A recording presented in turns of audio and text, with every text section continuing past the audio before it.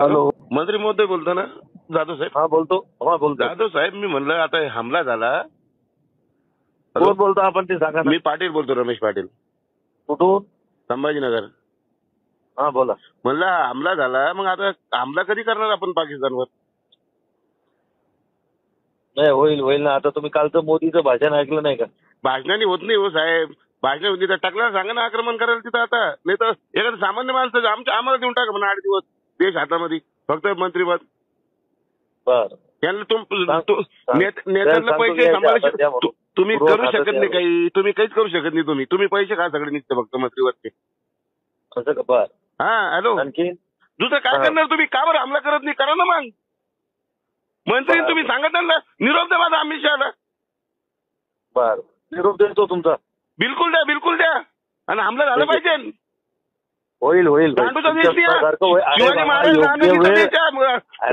महाराज जरा हमला इतका सोपा विषय नाही. सगळा विचार करून, सगळी तयारी करून हे करायला लागते. त्यांनी महाराज कुंकू पुसायचे. अरे ऐका ना, तुम्हाला जितका राग आहे तितकाच आम्हाला बी येतो. आम्ही बी कट्टर शिवसैनिक आहे बाळासाहेबांचे, समजलं का?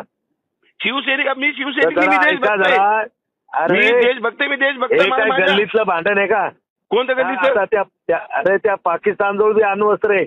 मग उद्या जर त्यानं भारतावर टाकलं तर पुन्हा इकडचे लोक मेले, लोक काय म्हणतील? अरे एक काम करा साहेब, त्यांना मारून टाका, आपण मरून जाऊ, संपून जाऊ. त्यांचा विषय आपला पण. औरंगाबाद मध्ये काय करायला लागले तुम्ही? जाणं एखादी बंदूक घेऊन तिथं द्या ना मग. बंदूकचं लायसन द्या ना मला. तुमच्या जमीन द्या मला. अरे लायसन कशाला पाहिजे? अतिरेकी आहे का? लायसन करून आले का? मी अतिरेकी थोडी. मी तुम्ही सांगा ना. अतिरेकीच व्हायला लागेल. द्या ना मग. तुम्ही करा ना मग. तुमच्या हातात सत्ता आहे ना. होईल होईल. हा, ते तुम्ही मला कसं म्हणलं तुम्ही बंदूक घेऊन जा.